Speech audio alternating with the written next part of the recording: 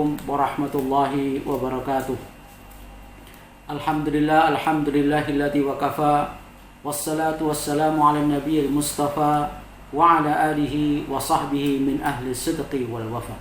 Amma ba'd. Para pemirsa PKS TV dimanapun Anda berada, saat ini kita telah memasuki bulan Dzulhijjah, bulan yang mulia dan istimewa. Minimal ada dua hal yang menjadikan bulan Dzulhijjah ini terasa istimewa dan mulia.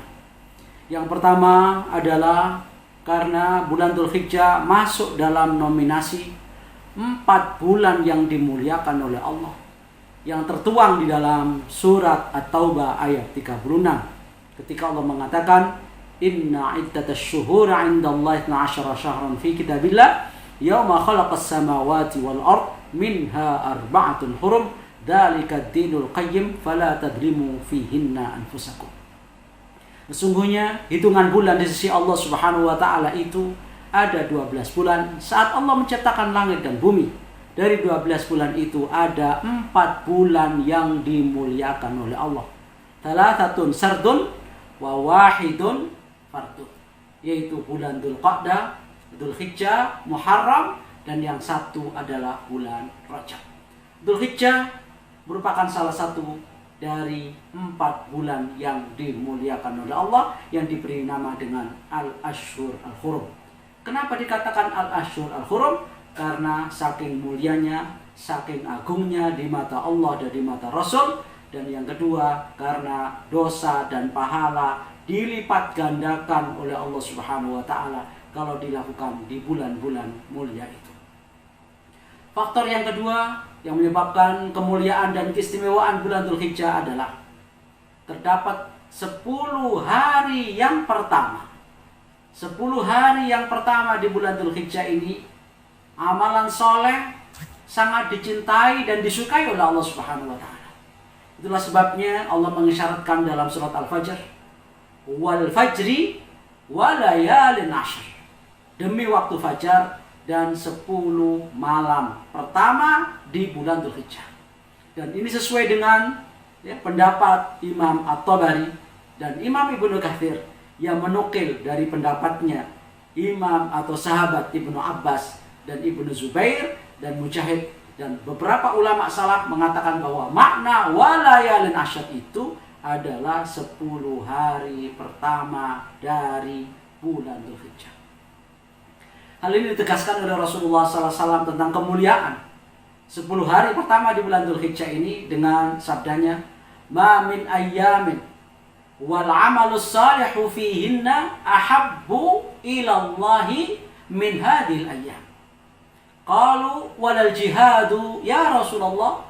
Qala Rasulullah SAW walal jihadu fi sabilillah illa rajulun kharaja bi nafsihi wa malihi falam yarja' min dzalika bisyai'.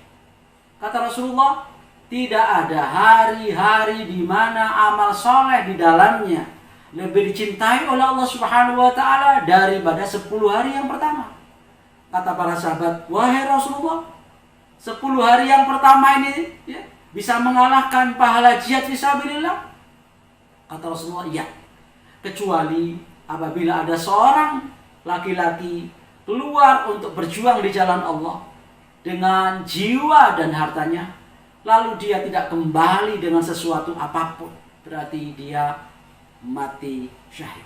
Hanya itu yang bisa mengalahkan amalan soleh pada 10 hari yang pertama itu. Lalu apa sikap kita? Bagaimana respon kita untuk mengisi hari-hari yang dimuliakan oleh Allah di bulan Dzulhijjah ini? Minimal ada 4 ibadah dan amal soleh yang harus kita lakukan. Yang pertama adalah puasa sunnah. Yang kedua adalah membaca tahlil, takbir, dan tahmid. Yang ketiga adalah melakukan salat Idul Adha. Dan yang keempat adalah menyembelih binatang korban. Yang pertama adalah puasa sunnah, yang sangat dianjurkan oleh Rasulullah SAW terutama pada 9 Dzulhijjah, yakni puasa Arafah. Karena puasa Arafah yukafiru as-sanatal madiyah wal baqiyah. Pahalanya dan keutamaannya puasa Arafah ini mampu atau bisa menghilangkan, menghapuskan dosa-dosa setahun yang lalu dan dosa-dosa setahun yang akan datang. Dalam 2 tahun ini dosa kita hilang dengan melaksanakan puasa sunnah Arafah. Kemudian yang kedua adalah membaca tahlil, takbir, dan tahmid. Maka kata Rasulullah SAW, dalam 10 hari yang pertama seperti kali ini, kita sangat dianjurkan fa'akthiru fihinna minat tahlil wat takbiri wat tahmid. Hendaklah kalian memperbanyak membaca tahlil, takbir, dan tahmid. Bisa dibaca secara tanpa batas, kapanpun, waktunya tidak ada batasan secara mutlak, tanggal 1 sampai tanggal 10 Dzulhijjah, atau sampai tanggal 13 Dzulhijjah, atau dibaca setelah sholat wajib secara berjamaah ataupun sendirian. Bahkan para sahabat dahulu seperti yang dilakukan oleh Ibnu Umar dan Abu Hurairah, beliau pada tanggal 1 sampai 10, antara tanggal 1 sampai 10 Dzulhijjah, beliau masuk pasar dan bertakbir, lalu diikuti oleh banyak orang di dalam pasar itu. Ini menunjukkan bahwa disunahkan sejak tanggal 1 Dzulhijjah sampai 10, silakan memperbanyak membaca tahlil, takbir, dan tahmid. Yang ketiga adalah menjalankan sholat Idul Adha, walaupun hukumnya sunnah muakkadah, karena Rasulullah nyaris dalam hidupnya tidak pernah meninggalkannya. Kalau sudah memasuki tanggal 1 Syawal dan 10 Dzulhijjah, Rasulullah segera menuju musolanya dengan sholat Idul Fitri dan sholat Idul Adha. Dan yang pertama kali dilakukan oleh Rasulullah adalah sholat Idul Adha atau sholat Idul Fitri sebelum berkhutbah. Bahkan Rasulullah sangat menganjurkan kepada seluruh umat dan sahabatnya, termasuk gadis-gadis yang sedang menstruasi dan sedang dipingit, dianjurkan untuk ikut terlibat dan partisipasi mensyiarkan agama ini dengan keluar ke musola, walaupun tidak harus sholat dan tidak harus masuk masjid, agar mereka menyaksikan syiar dan sekaligus mendengarkan doa yang disampaikan oleh imam dan khatibnya, untuk menambah syiar dan keberkahan salat Idul Adha seperti kali ini.